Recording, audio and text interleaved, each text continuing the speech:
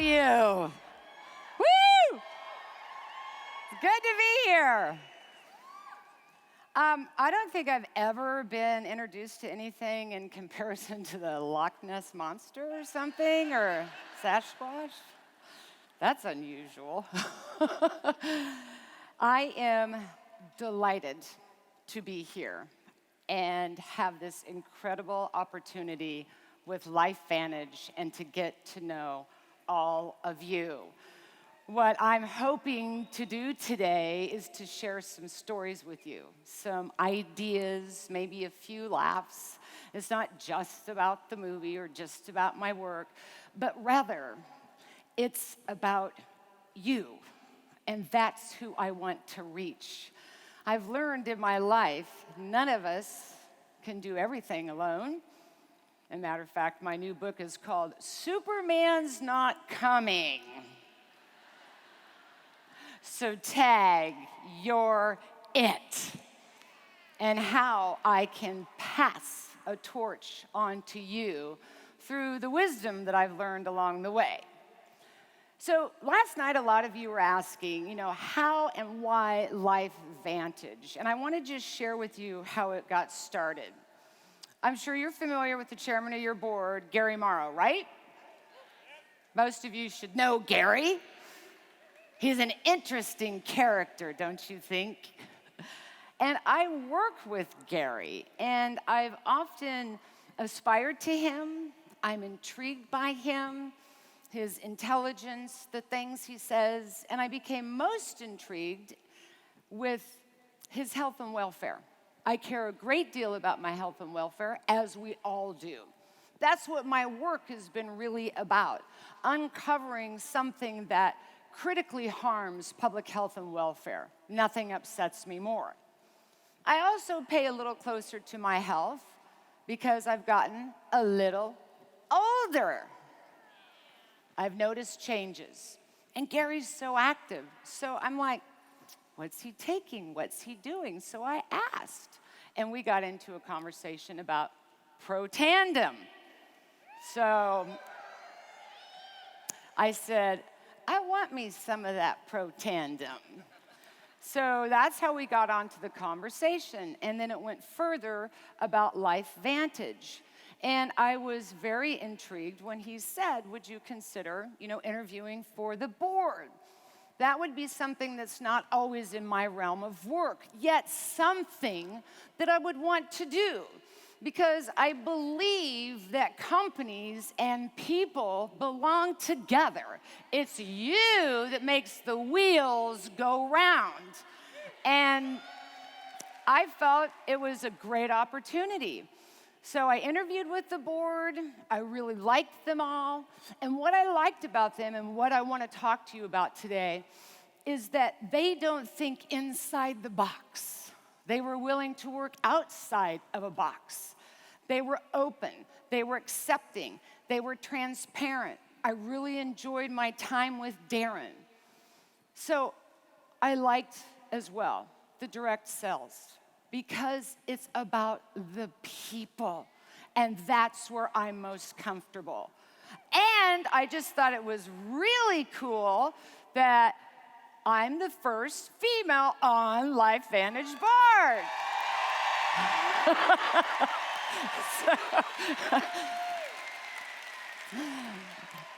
I thank them very much. That was really very cool. So that's how it came to be. And oh my gosh, I have so much I want to say. I'll keep coming back to check notes because I have the gift of gab and I can get off on a tangent over here. So I want to kind of use my time wisely today. I want to share something with you really quick so I can kind of explain to you what it is that I desperately want to do for you and for all the communities that I work with throughout the world. And that's to pass the torch. And how that came to me was I was honored to be able to pass the Olympic torch after the film came out. I was very nervous to do this. I had never done anything like it before. All of this has been overwhelming for me, but at the same time, I'm so excited. So I'm going to jump in there and do it. Well, the day I went down there, of course, it was raining. And I don't know who passes the Olympic torch and does full makeup, but I guess I did that day. So I was getting very concerned that my mascara was going to be running and the TV cameras were there. But I was becoming more nervous because I didn't know where to go. I didn't know what I was supposed to do. I didn't have anybody around me. And I'm thinking, what's going on? And I can see him coming around the corner and the torch coming, and I'm like, oh my God, what's going to happen? I mean, I was panicked. And somebody came up and they said, okay, you need to start running. And I'm thinking, okay, I'm running, and like, what am I doing, and where am I going, and what am I taking, and what's this whole thing? And as they got closer, they said, Erin, you need to run and turn around and reach. They're going to pass you the torch.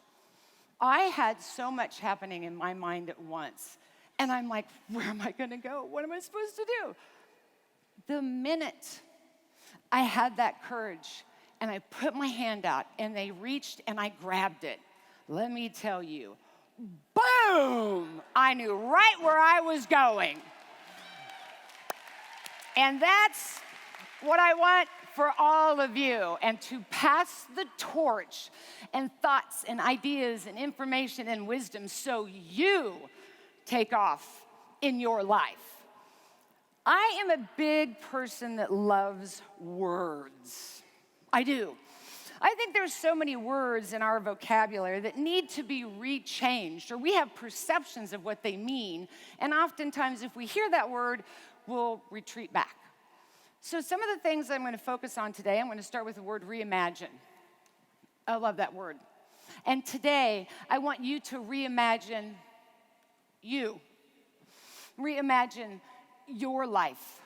Reimagine how you will perform in your work, how you can make the best success for yourself, for your family, for your future.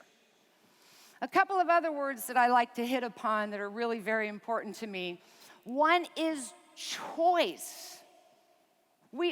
I find often in my community work that they've forgotten, oh no, I'm sorry, you have a choice to speak up. You have a choice to get involved. You have a choice to say. You have a choice to believe in yourself. So I'm going to talk about choice a little today.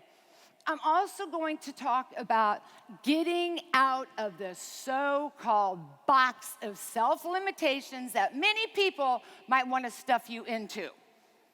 I never liked being in a box. I was back here earlier and I'm like, okay, I need to move. I need to go out a door. So I'm going to talk about how to punch your way out of a box. A couple of other things that I'll talk about will be respect, trust, disruption. That's a good word, don't you think? Oftentimes people, and correct me if I'm wrong, and I always want you to interact with me. When we hear the word, oh, you're a disruptor, that's bad, right? No. Disruption's good. It wakes you up. It gets you off the couch. It gets you asking questions. It gets you, hey, what's going on over there? And that's precisely where I like us to be. When you're comfortable and complacent, things can pass you by. And one of the other words I'm going to talk about here real quick is called stick-to-itiveness. Have you heard of that word? That's good. Let me tell you, I look back on my life, and, now let me start here. Okay, let me introduce myself. Hello, everybody. I'm Erin Brockovich, and I'm not Julia Roberts. Yeah. You have no idea how confusing this was to a whole lot of people even today. I was not expecting that. I mean, one of the first things after the film came out back in 2000 was a group of girls came up and they said, oh my God, I love your film, and I use your Thigh Master all the time.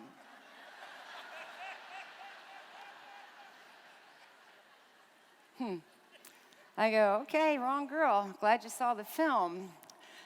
Strange things, people coming up to me and saying, did anyone ever tell you you look like Erin Brockovich?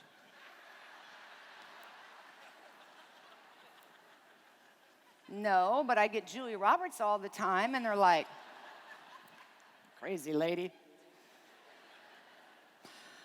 The other day, I was coming through the TSA security, and a lady looked at me, and then she saw my ID, and she goes, "Are you her?" And I'm like looking around. Me? She goes, "Yeah, you her?" I'm like, "Who?" She goes, "Julia Roberts." I'm like, "No."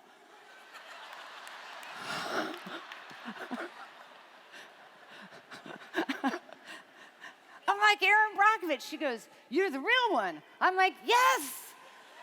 She goes, "Can we take a selfie?" I'm like, "Sure."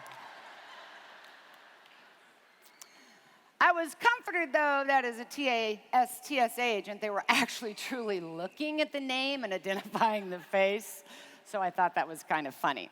So, a lot of this has been very, very overwhelming for me as well. And it's taken me a long time, my entire career, to figure out what it all means, how I even got here.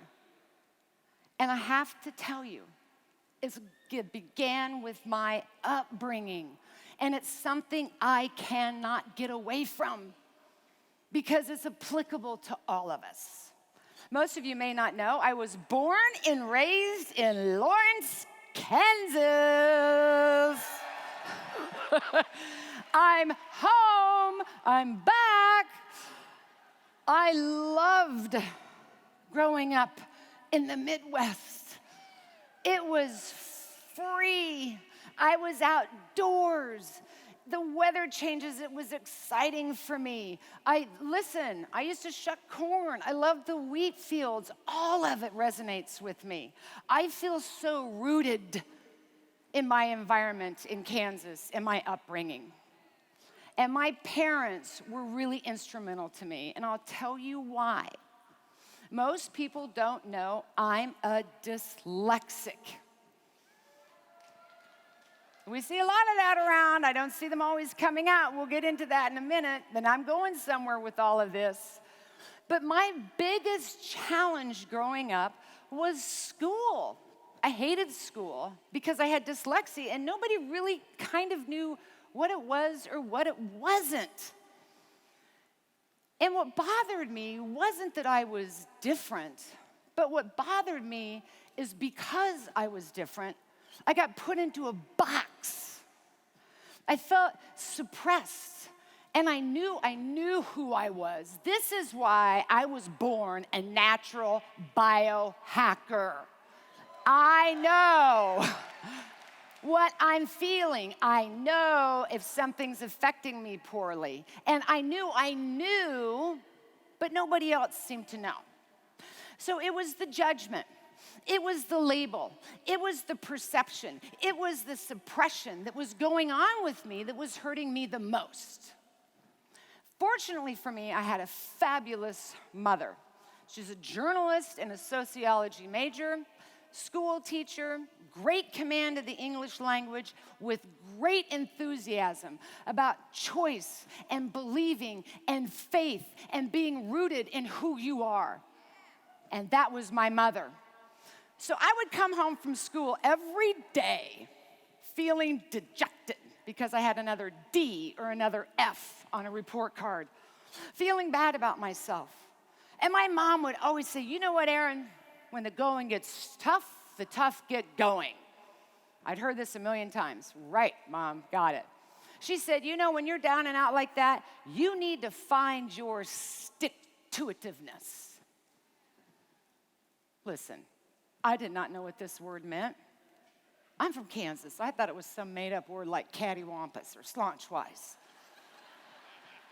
I go, "Mom, I don't know what the hell you're talking about, but really, this is frustrating me. I don't want to hear about it anymore." She goes, "Okay." So she left the room. I'm like, "Good, we're done with that."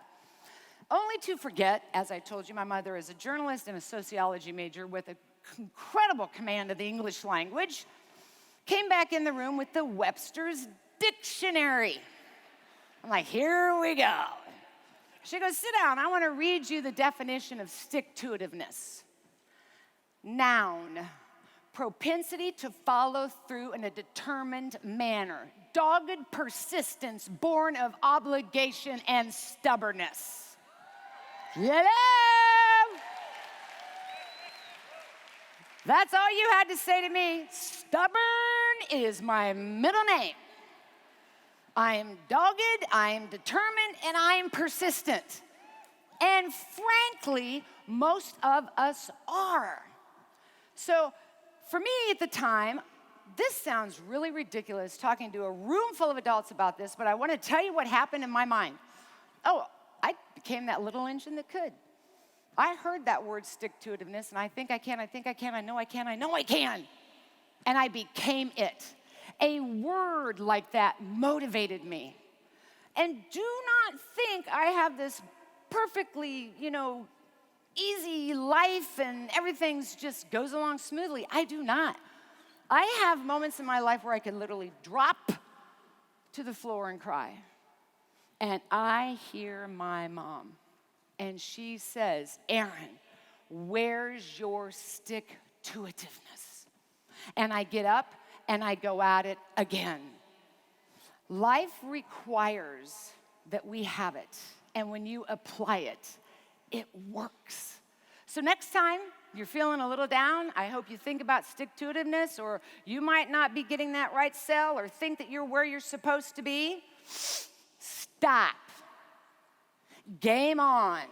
Stick-to-itiveness. Refocus and go at it again. That's my mom.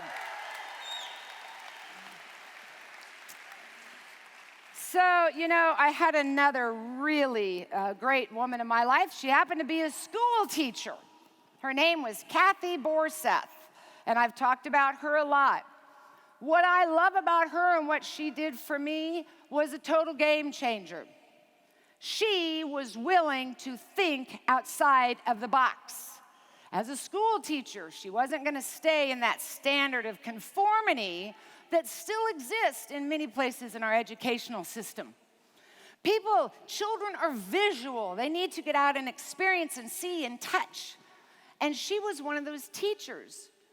So one day, once again, I had another F on a test.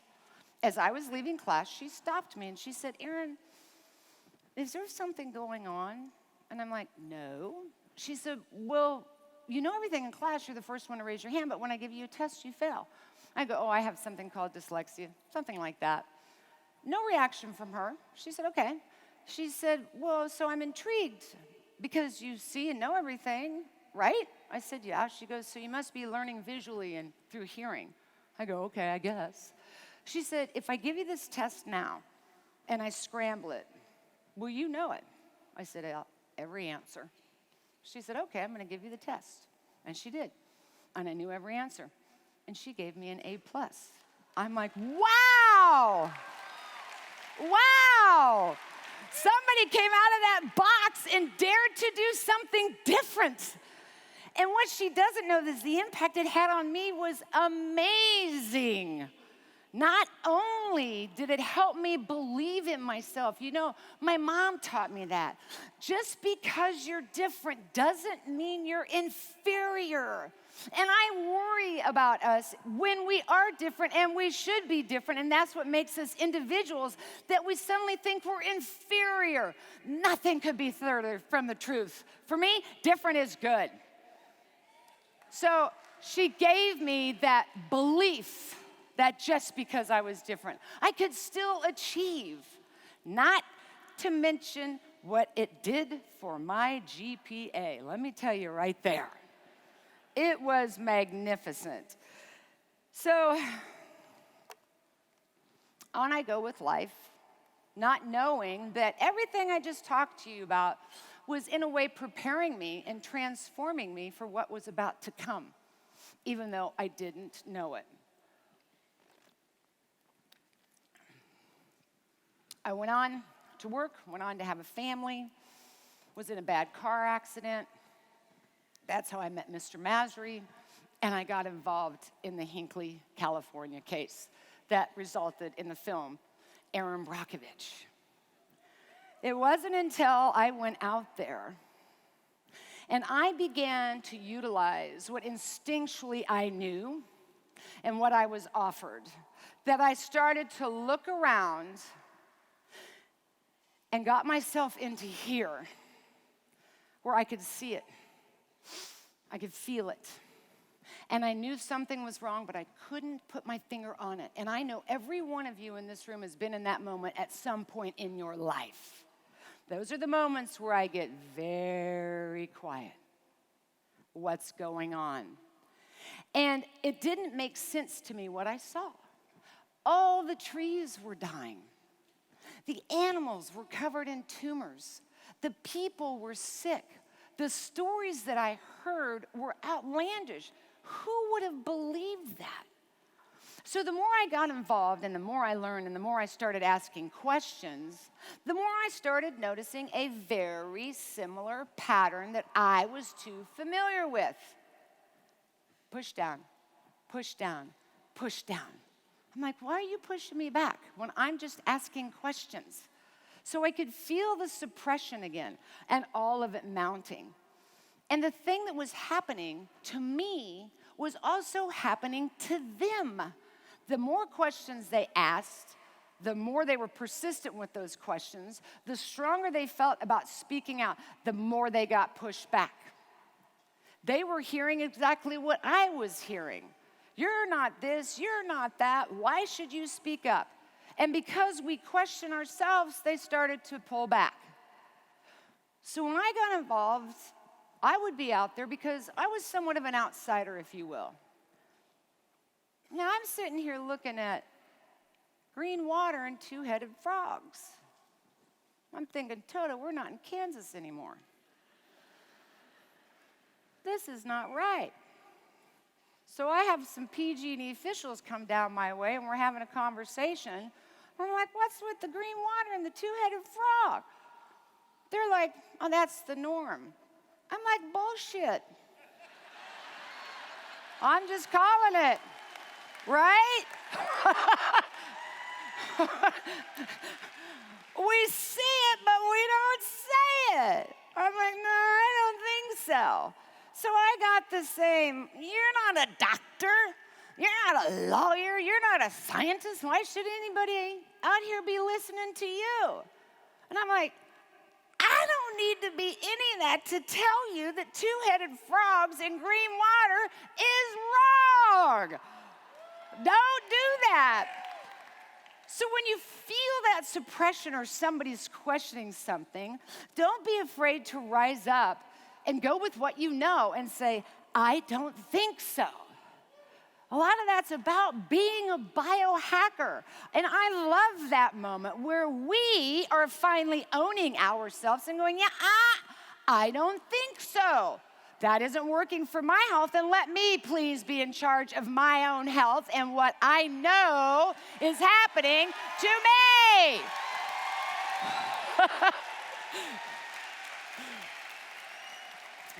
Ay, ay, ay. Let me see. I'll get going, and then I'm going to, move on to something else. I had a great person in my life, as well as my father. He was a wonderful man. He was a mechanical engineer. Most people are intrigued with, how I was raised. And here I've got a father that actually worked for industry. He ran the pipelines for Texaco. Yet he's the very one that taught me about integrity and taught me about respect and taught me about trust. And he was seeing things in his own work that he wanted me to learn about that were the most important things of all. And in every community I work with, and where I see so many mistakes that have been made, is we've lost integrity. We don't have that mutual respect for our neighbor, let alone the respect that we should have for ourselves. And oftentimes the problem becomes the lack of trust. There's been a breach, and how we rebuild that. And that is something that I truly love about being here today and what you're doing in Lifevantage. And I see it. And that has integrity. That is about respect. And you are building that trust between Lifevantage, between you and your client and your customer. That's what makes the wheel go round. And when it gets breached is when we have so many problems. So my father really opened my eyes to principles and things that would be so important in all of our lives. So with that, I think a couple of things. Listen, I could stand here and talk all day long. You know, sometimes I feel like Sybil's upside in my head, and I've got all these voices going, talk about this, go here, go there. But because of time's sake, I'll cut a few things out. What I want to go with right here now is some of the wisdom that I learned growing up and clearly in and out all of these communities. My work continues. I still get, thousands of emails a month from 126 different countries and territories. And most people are searching, I think, again, for somebody to either pass them the torch or give them permission to speak up. If you need permission from me to speak up, I'm going to tell you right now, you have my permission. Speak up. Don't question the environment that you're living in and what you're experiencing and having someone else tell you that's not what you're experiencing. So I've learned what I like to call my 4 L's. I'll make it real simple. The first one is logic. Now, people will say to me, what is logic anyway? We could have these debates all day long. What is the truth anyway? What is logic anyway? Well, I think of logic this way. I was born and raised in Lawrence, Kansas, as I told you. I used to play outside all the time. And there were those days where it was too hot. It was too oppressive. And I could see those thunderheads building in the background. Come nighttime, we're getting into some serious storm activity. Now, I could be out playing, and when the sky goes dark, and then it goes black, and the crickets stop chirping, and the birds start singing, and those tornado sirens go off, I'm not going to stop and call the Weather Channel and ask if it's an F5 or an F3, because I don't care, because my common sense tells me to run. That's what your logic is your common sense. I have learned that when you use your common sense and you follow it, you will logically do the right thing. And this is something I want everyone to tap into because we're often taught not to use it or not to believe it. You have a great set of inner skills that reside right here in your gut and right there in your heart. That's that intuition, that common sense. Use it. It's a lifesaver. Another example, if y'all wake up tomorrow and the headline read, municipality tainted with rat poison, are you going to call the National Institute of Health and go, is that 1 part per billion or 10? Or does something tell you logically with your common sense or vice versa, don't drink the water? I encourage communities to do that. Nobody knows better that what's going on in their environment than those that are living in their environment. Get back to that common sense. That's your logic. The other is leverage. As I said earlier, I didn't do this alone. That would be impossible. When we collectively came together as a people with a common goal and we worked together, we flowed together, it worked out. Otherwise, had we not been together, it would have never worked out. So one thing that I talk about is leverage. We need to leverage each other, our team, our community, because it just makes us that much stronger. And I really learned the value of this working in the Hinckley case. Look, when it was just me and Roberta Walker, PG&E was paying no mind to us. Then we became 5 and 10. We're nothing. 25, 30. Now we're getting a little pesky. But when we leveraged ourselves and we became 50 and 100 and 200 and 400 and 500 and 600, we were seen, we were heard, and now they were paying attention to the collective community. And leverage is important. So think of math. We all know 1 + 1 is 2, right? But in principle, the leverage of 1 + 1 will create 1,000 or more, and so on. So leverage those around you. This is another word that we think, oh, when we're leveraging something, it's bad. We're leveraging something for money. No, it's not. Leveraging is taking your hand. Get my hand, and let's do this together, because you become a much more powerful force. So logic, leverage. The third is loyalty. Sorry, I've got allergies. Welcome to Kansas. Loyalty. Be true to your cause. When you're in the game, stay in the game. Be loyal. Be loyal to yourself. Be loyal to your work. Loyal to that cause is critical. Every community I got involved with, there was days where they felt like giving up. But they knew once they started, they were in it, and they were in it to win it, and they were staying in it to be faithful to their cause, to their public health, welfare, their family, and they were there. So logic, leverage, loyalty. Loyalty is a little bit of that stick-to-itiveness. Stay loyal to your cause. And last but not least, I would think you could figure out what the last L is all about. Do you ever ask yourself, what is your why? Why am I getting up again and participating in another day of a rat race? There's so much to do, and so much noise, and so much coming after us, and so much technology, and so much change. It's getting really hard to keep up. What is your why? Why are you participating? Why are you getting up? And I know you know the answer. And it's something that I don't know we're hearing enough of late, but it's called love.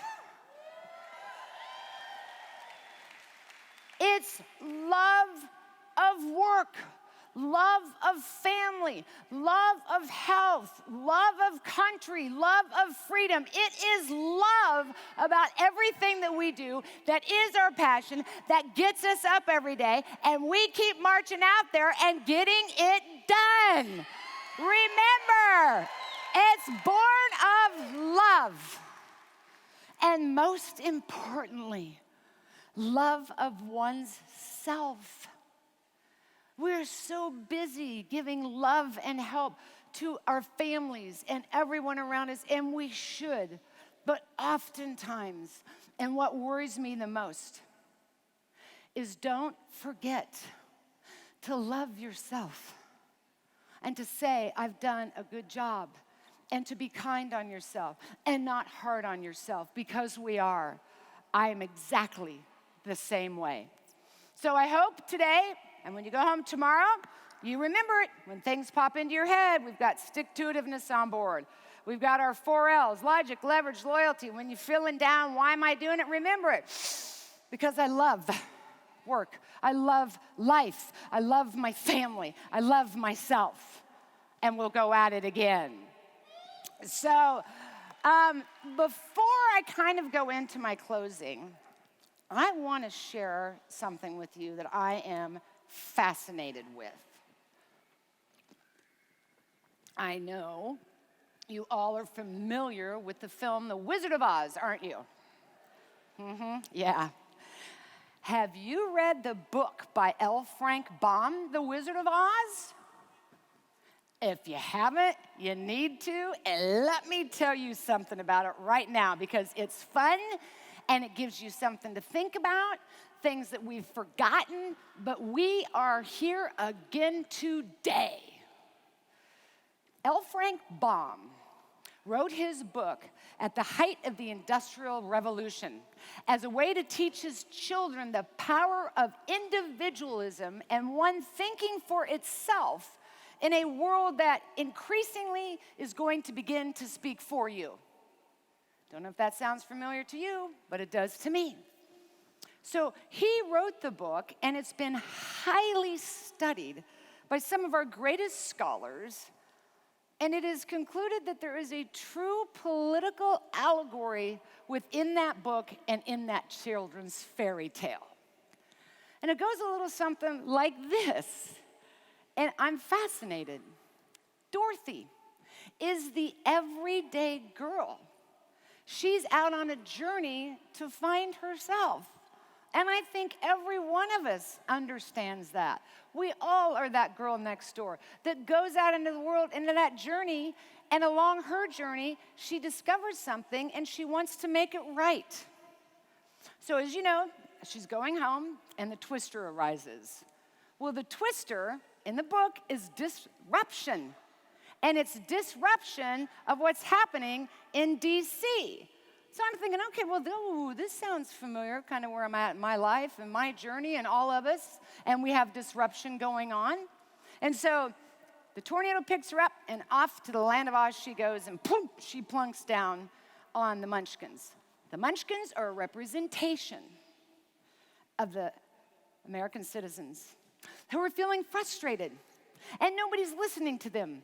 And Dorothy takes that time to do it. And they set her out on the yellow brick road.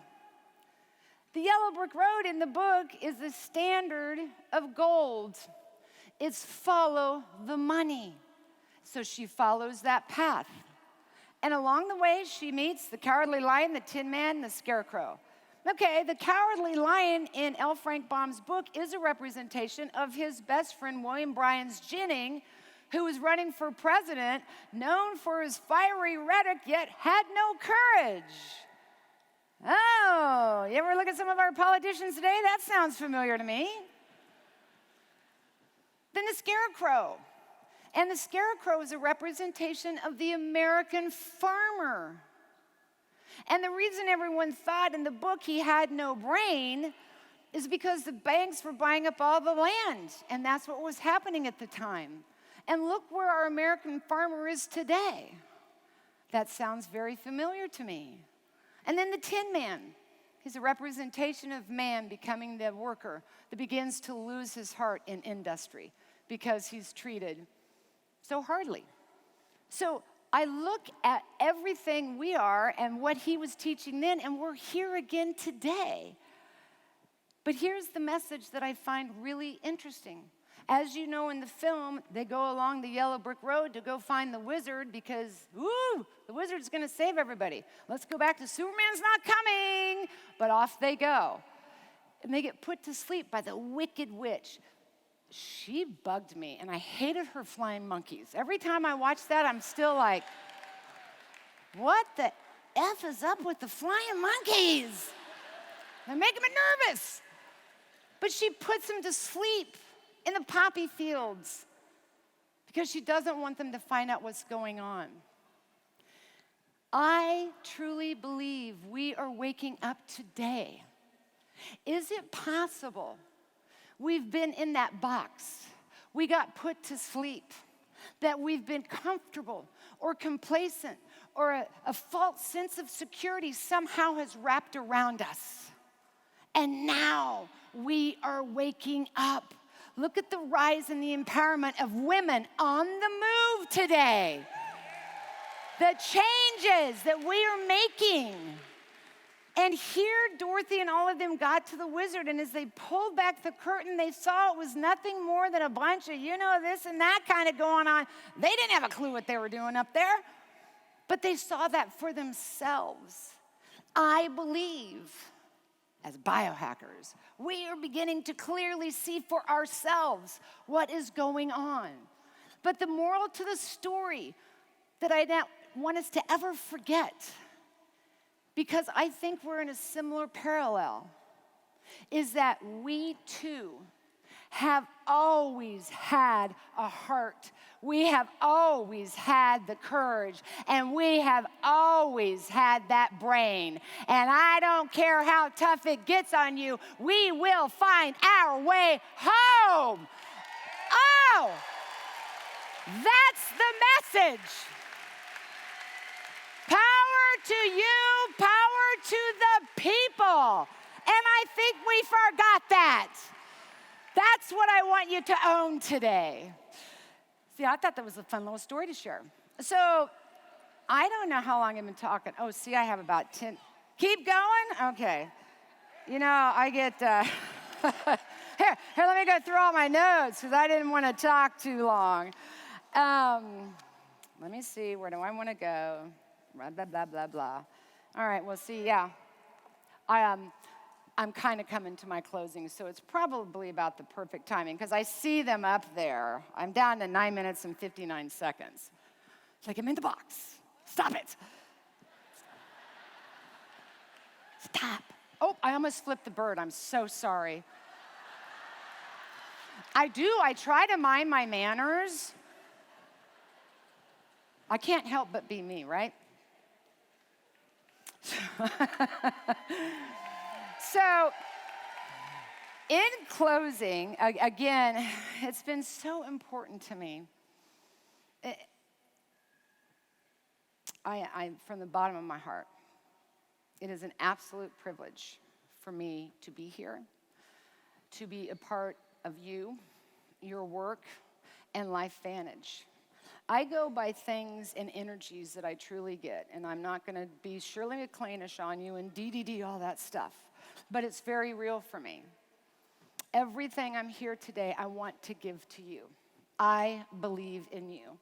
And if there's anybody out in this room that has any doubt about themselves, don't.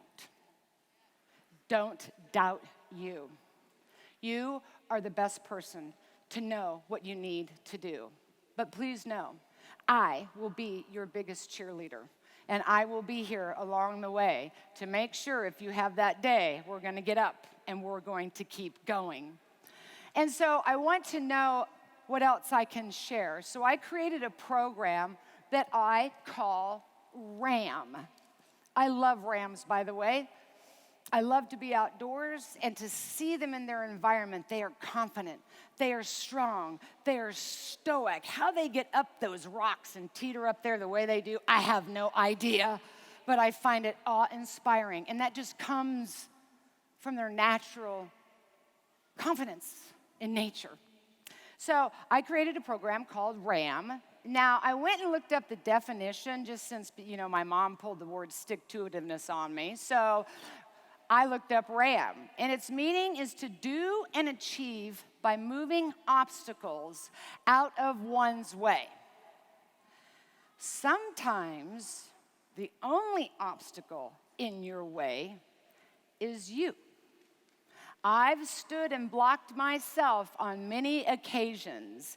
And so in RAM, the R stands for realization. To realize the strength that you do have. To realize, yes, we're not perfect. We all have flaws, and oftentimes we don't want to embrace those. And I think it's really important that you do, because flaws are what make you perfect, and everybody has them.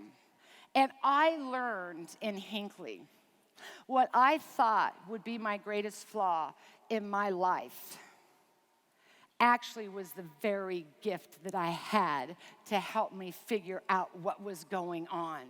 So realize who you are, the strengths you have, and even the flaws that you have, and embrace them. Don't be afraid to take a look at that man in the mirror, if you will, and honestly have a conversation back. Because inside there, if you'll embrace that person, you'll find who you are and all the courage you need to keep moving forward in life, flaws and all. All of that would bring me to the A, and A is about assessment and accountability. Assessment. Think of it this way. If there's something about you that you don't like, first of all, that's okay. But we'll spend a lot of time beating ourselves up over that, right? Don't. Think of it as a real estate transaction. You have a home and you want to sell it. And they come in and they tell you an appraisal and it comes in low. What do? I don't know. You remodel a bathroom? You put in new floors? You put on a coat of paint? They come back, your appraisal's gone up. That's the beauty of choice. And when you make an assessment of yourself, if you see something you don't like, choose to change it. You can choose to go to night school. You can choose to change your perception. You can choose to have a conversation. You can choose to work on whatever it is about yourself that you might not like. Because when you do, your appraisal of yourself will only go up and up and up. So make an assessment. And be accountable. This is something that we don't often do. That's one of the hardest things we can do. Let me tell you, I have definitely made some mistakes. And it was easier for me and more empowering for me to just say, yes, I did it. Yes, I made a mistake. Instead of going, you did it, you did it, you did it, you did it, or looking to somebody else. I just want to own it, and I find great strength in doing that. So don't be afraid to assess who you are. Don't be afraid of making a mistake. And if you did, own it. Because it's empowering to own what you've done, both good and bad. And finally, the M is going to be about motivation. And did we talk about this here just a little bit earlier? It's getting really tricky these days to stay motivated. I mean, it's a rat race out there, keeping up with technology and children and going to work and school and being at their events and taking care of yourself. I mean, we're just going faster and faster and faster and faster and faster and faster. And that mojo is just kind of escaping us. But there's a trick to keeping your motivation. And that is taking time for self-renewal. Again, my message that I want to send home to you today is these moments where you love yourself, where you find that moment for self-renewal, that you can begin to find yourself.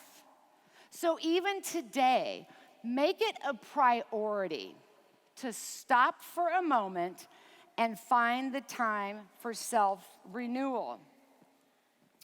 You know, it's kind of like our computers, right? You know, when you start inputting a lot of data into the computer, that blue circle's like this. Y'all familiar with that?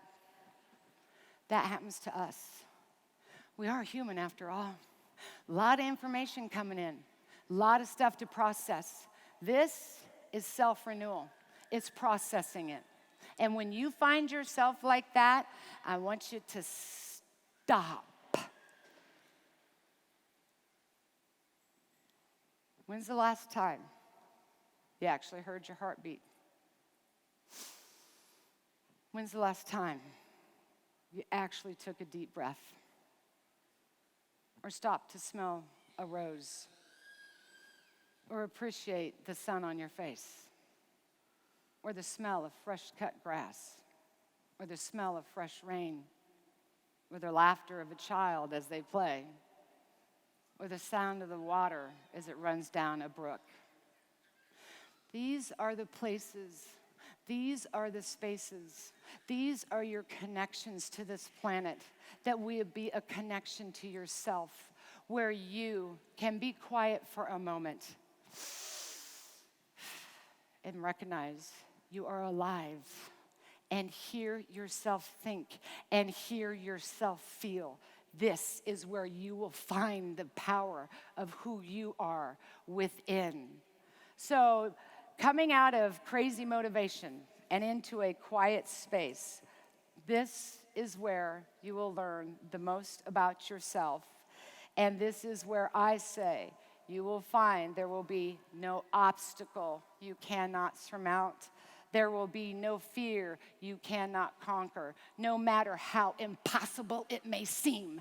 Because when you are connected to you and you find the strength of yourself, it's the three little pigs, right? Because the one in the foundation, all the huffing and puffing and blowing, and you're not going to be able to blow it down. Find your foundation, find your voice, your heart, your courage, your brain. I know you have one. I'm your biggest cheerleader. And go out there and kick some ass today and tomorrow, because I'm banking on you. you very, very much. God